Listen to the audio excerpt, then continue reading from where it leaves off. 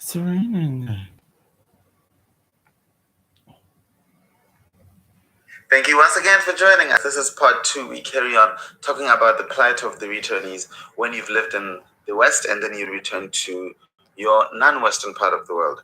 What kind of reception do you get? Is it fair? We carry on. I'm with Chef Clive. Chef Clive. I'm doing part 2 because I feel like we still have a lot on our chests, and this channel limits me to only 10 minutes at a time. What's the difference? You were telling me about the difference of like trying to get a mango here if you're starving in England versus trying to get a mango if you're in Trinidad and coconut. And can you just catch me up on that? Yeah, because we here we buy mangoes. We don't see it from the tree or coconut. But simply Here you mean England? Yeah, you go to Trinidad and all these things is all over. We don't have to pay for it. But yet your relative will not greet you by the coconut or a mango from the yard. Simple things as that to say, these are things that we don't get fresh. Yeah. We do get them in England, but they are not fresh. Yeah. Because we used to see mango in the market already ripe. Yeah.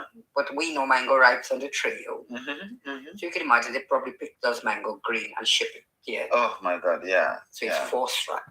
Yes, force wrapped. And oh my God. And that thing of not being welcomed by your relatives with things that are not from your place, I sometimes find that they already feel inferior about the things that are from home, which is an inferiority that I can relate to because I probably have remnants of that because I don't really remember feeling sort of being socialized that way. But, for example, if I miss paliche or any of the food that we eat, no one really takes it seriously in general that I would want to go from the airport and have paliche, right? There's a sense in which, people want to make you pasta to show off these. And I'm like, I'm coming from Italy. I don't need to come and eat pasta in Botswana. But these are things that are so hard to talk about because privilege is an intrinsic part of this, and it doesn't need to be necessarily problematized. I don't know. Anyway, tell me, Clive, when you go back to Trinidad, do you feel like you are able to enjoy Trinidad the way you want as a home? I would like to, because there's so much expectation when I'm going to Trinidad, because when you've been abroad for so long, when going home, it's like home. You always think that is the way you belong. Because you don't see England is not my birth land. So I see that my land that I was born and grew up. I see that. So it's a joy for me when I'm going there. But then when I reach there, I'm like, the treatment you are getting, I'm ready to go back. Yeah. And it's so hard to explain to people. Well, for them, they see you come and they have this saying there, you look how you walk, it's the pounds. The pounds is so heavy. So they must tutora them out. Yes, so it's not the pounds in your body weight. Pounds is in the money because it's the English pounds you have with. Yeah, oh my. And then they say to you, could you open your wallet and show me the pound? I never see a pound. I never see a note. Let me feel it. Oh, God. All right, I keep this one for my souvenir. Oh, my God. So what I do with them, I have so much experience, people asking me to feel the money and never give it back to me to put in my wallet. I said, I changed all my money when I came to the airport. I only have $20. It's almost as if they don't think of it as real money. They almost see it as some sort of ticket to heaven thing. Yeah. And so by extrapolation, I think they don't see your experience as a real one. Because I don't think when you go to Trinidad, anyone asks you about how's England or how's London or how's the racism there or how are you coping with it or anything. Same with me. No one, hears about explosions in London and calls me. And I'm talking about friends, so-called friends. Or hears about racist attacks or calls. They are just bent on, can you bring me this, bring me that. Yeah. And it also, you wonder, are these friends then? Well, it's not just friends. Your own family do it. Your own family do it. Yeah. Your friend do it, you can accept and say, oh, well, they're just friends who is taking an opportunity to get from you. But your own family doing it to you is even worse. How do you react the same today as you did 20 years ago when people back home ask for your money and your clothes? Well, yeah, but I had experience in with my own family. Yeah, so you still give them the same Yeah, money but and the clothes. Yeah, they don't have respect for it because it's like you trust them, you're giving them, but the minute you slip out your room or anywhere, they go in and help themselves. Like it's okay. Yeah, I have a problem with that. I used to have to sleep with my wallet under my head. If I go into the washroom, I take my pouch with my money to the washroom. That's all right. It's my family. I should be able to trust you. Because if you ask, I'm giving to you. So why you're still, trying to steal from me? Yeah, I remember actually having to take running tights with me on holiday when I was coming from the US to go to Botswana because I knew I was visiting relatives, so that I could wear them underneath and then put my wallet in the tights. When I'm sleeping, and then when I'm at the house, I put it in the jacket. So I would always make sure that it's on me. And it's so sad because you miss your money. You know what you have. You're not crazy. Yeah. But if you say something, that's the end of you. Absolutely. So you got to be, take advantage and stay quiet. Oh, I lost a couple of £100. Oh, I can't say anything. It's terrible. Because, Yeah, it's terrible. And there's always, I remember there was money that I had actually, it was for charity, and somehow I was holding it for that time. It was the US dollars, and it went missing in the house. I knew who was taking it, right? And then there was an iPod, but the person who had stolen it, again a relative, didn't know how to use an iPod. I found it in his room. He had been stabbing it with a pair of scissors. Oh my God. Trying to open it and find out what's inside. He didn't know what it was. And I'm like, honestly. The things I brought family back. That's why now I just keep in touch with my two sisters. So they, my own brothers, treat me the same as my cousins and them were. No mercy. Just want. What about we want? Yeah. And we don't ask for a lot. We just ask for simple things that is growing in the yard. Yeah. Just give me a mango. Ask me how I am. Yeah. Don't ask me about England and the news. Ask me about my experience. Oh my. I'll come take you for a walk, cuz let's go for a walk on the beach because I come from the seaside. Yeah. Walk on the beach, have a chat, catch up with your cousin. No. It's cousin. They come early in the morning, you're still sleeping. 4 o'clock in the morning, I could hear them in my grandmother's yard. I'm going to say, shh, he's sleeping. Oh, we need cigarette. Oh my God. So now I have to get up, give them money to go buy cigarette. And these are relatives who, that's why I say they sell their time with you, even though they're your relatives. They think, it's like the moment you say, something of mine has been stolen, you are banned. Yeah. Or you are accusing the others, or you think you're better than them, you have something to be stolen from you. I mean, that's my family, right? And, oh my goodness, toxic. It is very toxic.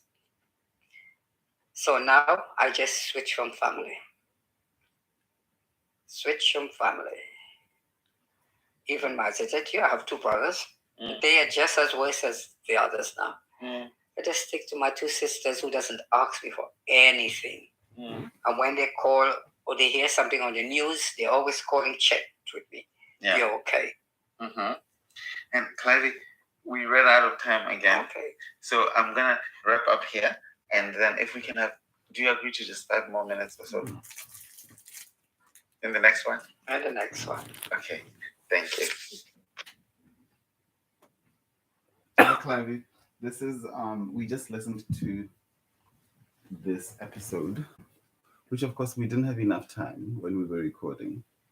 But I know I have a couple of questions. One question that I wanted to ask you and to sort of press on is someone who is listening to us, who is going through this experience, how can they get out of it and just get their family to respect them?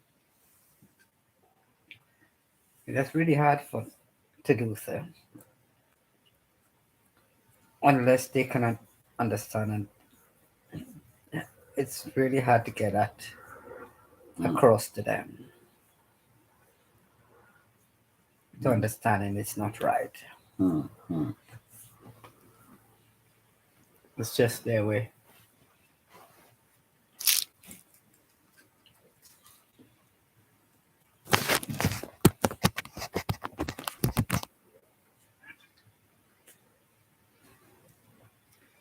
Hi, Clive. Thank you so much. We just listened to that episode. And, I know we have one more episode that's coming, but I wanted to just attach a bit of commentary to this one and just ask you, for someone who's going through this experience and their family is, making their homecoming miserable, how do they get out of it? Well, I guess in these times we need to sit with them and explain to them that it's not right, and hope that they take on board what you're saying and change. But if we don't talk about it, then it would be enormous. It's all right. He's okay with it. But we have to make a stand and sit with them and say, no, it stops now. It's not right. Is there a compassionate way of seeing this from their eyes and understanding the reasons for how they act, they treat you? I mean, Well, they always how to know that is by confronting them. It's saying, if I've been allowing you to go on, but it's not right. So it's time now, I say to you, it stops. And explain to them why it should stop.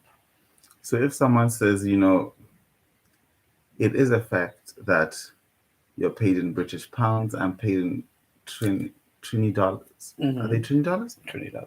Okay. And they say it is a fact that the pound is stronger than Trini dollar. And they say it is a fact that you have a job and I don't. How do you respond? Well, that doesn't give you the right to say because the Trinity pound is stronger. Yes, and okay, I might be working in Trinidad, but your money is still higher than mine, so that gives me the right to say, you got to top me up. And your money is yours, isn't it? Yeah. This entitlement. We don't mind helping, but there's a difference between helping and taking advantage. Mm. My goodness. I always think of this scene that you once told me of, that how people can sort of come to the airport, a large number of people having booked, sort of luxury cabs, and most of the people you don't know, but they are there to welcome you, which means that after that you take everyone to go eat. You've had that experience? Yes, personally. People, and the taxi they book, it hasn't been paid for. They have told the village taxi driver, so that because families coming from abroad, maybe tell the man he's loaded. We need 2-3 taxis. They come, so they're coming loaded, not even considering you need space for your luggage. That you might need one of the seats for the luggage, but they're just packing the car. They're coming. They expect you on your journey home to stop at any bar, get them beers, continue. We are hungry. Get them food. Yeah. And then when you get home, bye, the taxi man is waiting for his money. It's not right. It's not. But it's until you don't confront them and tell them enough is enough. No. It's like when you're coming back, they want to try the same thing. And then I say to them, no, I cannot afford to pay for 3 taxis. You see, Clive, I've said no to relatives and I have paid the consequences, which are you get excommunicated. No one talks to you anymore. People ignore you. No one shows up to any of your things. And there is even the threat, if you are from Botswana, the threat of them being absent at your funeral or being at your funeral and being passive and unhelpful. These are threats we live with that our family is just like, we'll see who shows up at your funeral. You didn't do this. Even things like digging the grave. If you were not at someone's funeral, it'll be held against you. If you are not at someone's funeral and working hard in the labor that's expected and digging the grave, Right. it will be held against you. Even if you show up and you pay for a company to dig up the grave, it'll be held against you that you did not manually pick up whatever tool and uh, you know, dig up the ground. But man, there's so much to say about this. Clive, any last words? Well, as I said, the only solve for this to stop. We as the people who's coming from abroad, we need to sit with them and say, it's been going on too long. But the We need price to is stop. too high. Well, that's a chance you have to take. You have to pay the price. Because maybe these people don't belong in your life anyway. Then you would know who they are. Mm. That will Clive? be the price to getting to know who they are. Are they a family for your love, or are they a family for your pocket? Mm. Mm. Which one of the love is it, pocket or kindness? Have you managed to find family that is not related to you by blood, just in your travels and living around the world? Yes, and I they are more family to me. Because they are more kind, respectable, don't take advantage of me. Mm. I have lots of friends who are more family to me than my blood family, Mm. who seek my interest, who look over me, who doesn't, when they don't hear from me, they are worried. If they hear I'm sick, they are worried. They're coming to take me to the doctor, making sure I eat. Not my family. And they're not they don't come to you as well and say that t-shirt would fit me. No, no. Yeah. So this is why sometimes I'm like, we use the whole thing of blood to justify abuse. Mm-hmm. So watch out. That was commentary on that episode, right here on A Lickle with Donald and Clive. It's myself, Donald Mulusi. I'm an actor, writer, consultant from Botswana, and with my friend Clive Ganes, who is a British Trinidadian chef working and living in London. Join us again next time for the last episode of The Plight of the Returnees. My name again is Donald Mulusi. Take care of yourself, take care of each other.